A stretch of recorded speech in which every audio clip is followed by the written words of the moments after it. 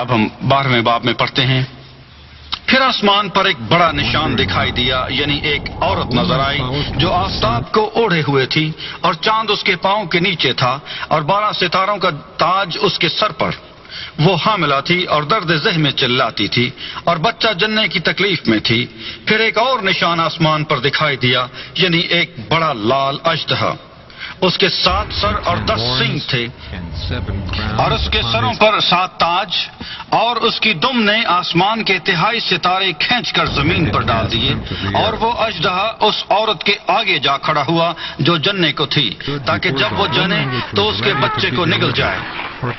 اور وہ بیٹا جنی، یعنی وہ لڑکا جو لوہے کے عصا سے سب قوموں پر حکومت کرے گا. اور اس کا بچہ یکا یک خدا اور اس کے تخت کے پاس تک پہنچایا گیا. اور وہ عورت اس بیابان کو بھاگ گئی جہاں خدا کی طرف سے اس کے لیے ایک جگہ تیار کی گئی تھی، تاکہ وہاں 1260 دن تک اس کی پرورش کی جائے. پھر آسمان پر لڑائی ہوئی. میکائیل اور اس کے فرشتے اژدہا سے لڑنے کو نکلے، اور اژدہا اور اس کے فرشتے ان سے لڑے، لیکن غالب نہ آئے. اور اس کے بعد آسمان پر ان کے لیے جگہ نہ رہی.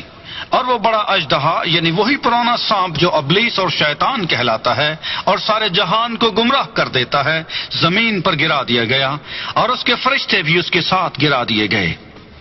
پھر میں نے آسمان پر سے یہ بڑی آواز آتی سنی کہ اب ہمارے خدا کی نجات اور قدرت اور بادشاہی اور اس کے مسیح کا اختیار ظاہر ہوا، کیونکہ ہمارے بھائیوں پر الزام لگانے والا جو رات دن ہمارے خدا کے آگے ان پر الزام لگایا کرتا ہے، گرا دیا گیا.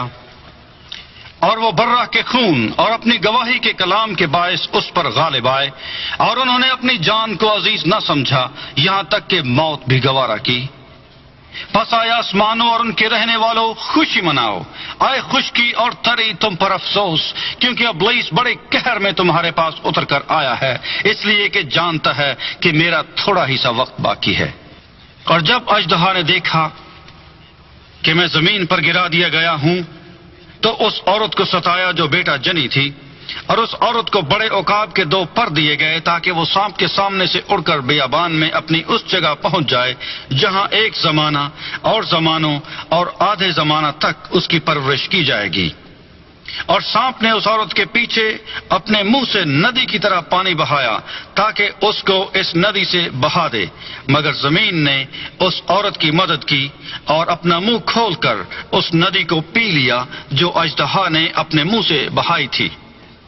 اور اژدہا کو عورت پر غصہ آیا، اور اس کی باقی اولاد سے جو خدا کے حکموں پر عمل کرتی ہے اور یسوع کی گواہی دینے پر قائم ہے، لڑنے کو گیا.